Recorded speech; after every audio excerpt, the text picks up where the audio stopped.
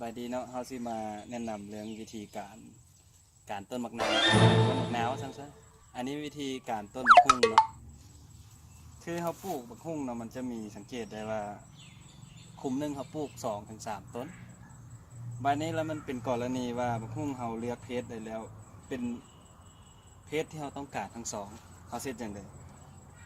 ฉะนั้นเฮาต้องได้การเนาะการต้นมะฮุ่งของเฮาบัดนี้เฮา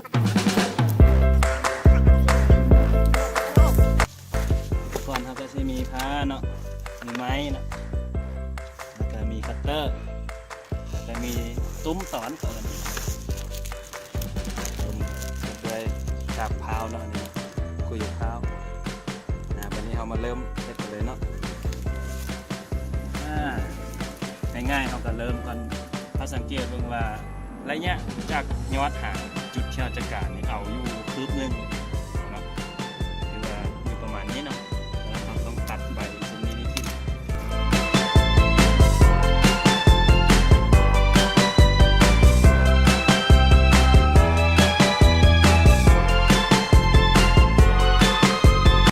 เดี๋ยวเข้าไปใกล้ๆเลยเนาะเอาไปใกล้ๆเลยนี่เนาะเราจะปาดอยู่กองตาเนาะโดยการปาดเสลี่ยงขึ้นไปเนาะนี่เข้าไปประมาณครึ่งนึงเนาะแล้วแหละไม้ที่เขาเกี่ยมไว้เมื่อกี้นี่เนาะ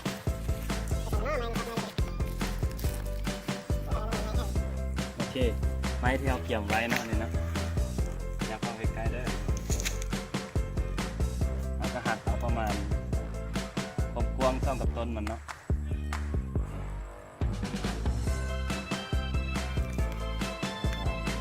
นี่ออกมัน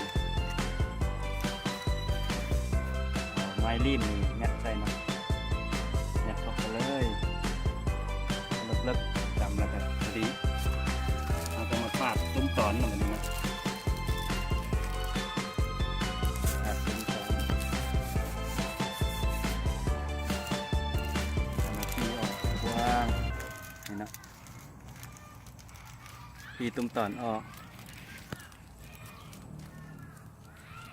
เป็นได้สิแล้วก็เอามาหุ้มใส่เลยเนาะเดี๋ยวฟ้าเนาะวันนี้เนาะได้ต่อเด้อเดี๋ยวจะเอาเสื้อฟางก่อนนี่เราลืมแนะนำอุปกรณ์เอาอย่างนึงเนาะคือเสื้อฟางเนาะ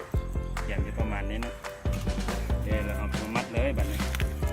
หลังจากปาดแล้วเนาะเอามาสุกใส่ปึ๊บใส่กระชิบเบิ่งครับนี่นะจะเห็นนะจะหุบใส่ให้มันเจ็บนะมันอยู่ข้างนี้ตรงนั้นไปนี่ยิงได้หุบใส่แล้วก็มัดเลยแบบนี้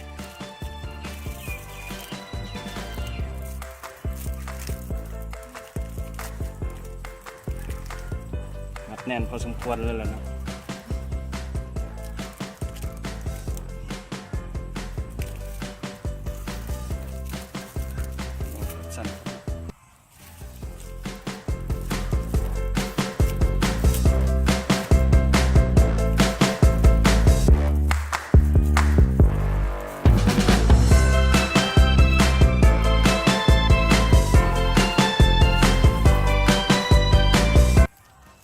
นี่ถือว่าเป็นเบสิกก็ถือว่าเป็นที่สำเร็จเนาะตัวนี้เนาะอันนี้ถือว่าสำเร็จเอาปะไว้เบสิอยู่ราวประมาณ45 วันแล้วมันจะออกฮากเนาะออกฮากแล้วเราก็ตัดเอาส่วนนี้ใส่ลงเบาเนาะแล้วก็พักไว้อีก1 เดือนแล้วเราจึงเอาลงไปปลูกได้เนาะโอเคเดี๋ยวมาเบิ่งอ้อมๆกันเลยนี่สีได้ออกมาเป็นแบบนี้เนาะ